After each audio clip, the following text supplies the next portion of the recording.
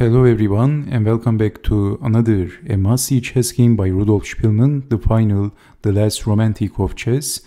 This was a chess game from 1927 and his opponent was Rudolf Hermet, the German chess master at the time. So let's see what happened in this chess game. This is a must-see all-time chess classic. So e4, e6, and we have the French defense, and we have the Rubinstein variation of the French defense. So knight to f3, knight from g to f6, exchanging the knights, and in some variations black can push the pawn, b6, fianchetto the bishop, and then push the c pawn and charge at the center. So that's also possible, but not in this chess game. We see h6, queen to e2, developing the pieces, and both players castled. Now Spielmann castled from the queen side. Bishop to d7, knight to e5, c5, and then d takes on c5, damaging the pawn structure. Queen takes on e5, bishop to c6, bishop to f4. And in this position, moving the bishop and bishop to h7 check is possible, and then winning the queen. So moving the queen, queen to e7, queen to d4, also bishop to d6 is possible. That's going to be annoying. So rook over and then bishop to d6, avoiding the skewer and defending the queen. So in this position, Spielmann basically wants to push the g-pawn. So he played rook from h to g1.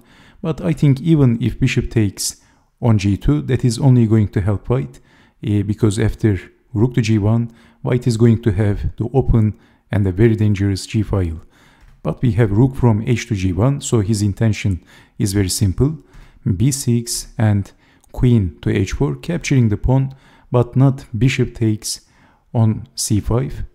Spielmann played bishop to e5, attacking the knight, defending with the queen, and creating a self-pin. But even if knight to d5, which looks like a very sensible move, then white is still going to push the pawn, and after pushing the pawn, actually white has the advantage. But queen to e7, still g4, c4, and g5, and threatening to capture the knight with attacking the queen.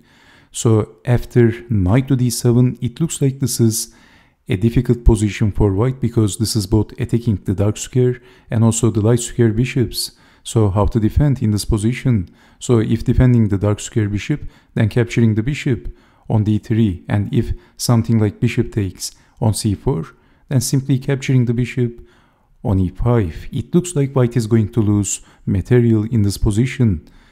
So it looks like you are not going to be able to defend both pieces. So if in this position, if bishop to e4, I think knight takes bishop is possible. So if bishop takes bishop, knight takes bishop. So what now? What would you do in this position if you had the white pieces? Spielmann played an incredible move in this position. He played queen takes on h6 and threatening checkmate on g7, and also threatening queen to h7, king over, and then queen to h8, checkmate. So accepting the sacrifice, what else? And then capturing back with check. Stunningly beautiful queen sacrifice, and all of the sudden, white has a very strong attack in this position. So king to f8, moving the king, and now what? Can you see the best move for white? White has a very strong move in this position. So if pushing the pawn, that is not going to be a winning move because of queen to h4 and defending. In this position, Spielmann played an amazing move.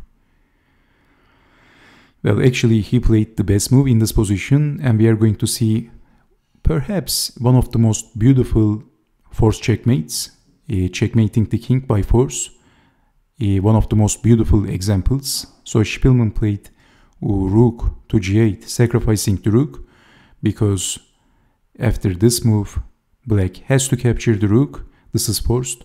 But after rook to g8, actually black resigned. So if capturing the rook, then pushing the pawn, and h7 came with a check. So there is no time for queen to h4 and defending.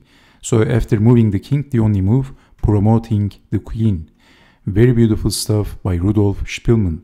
So in this position, did you see, after moving the king, I hope you didn't say pushing the pawn because of queen to h4 and planning to sacrifice the queen, and white is not winning. So in this position, rook to g8 is the move. And Rudolf, Hermit, the other Rudolf resigned. So in this position, again, capturing the rook, only move, pushing the pawn, only move, and then promoting the queen, check, mate. So Spielmann was the last romantic of chess, the last known representative of the romantic school of chess. So this was something like being the last samurai of chess.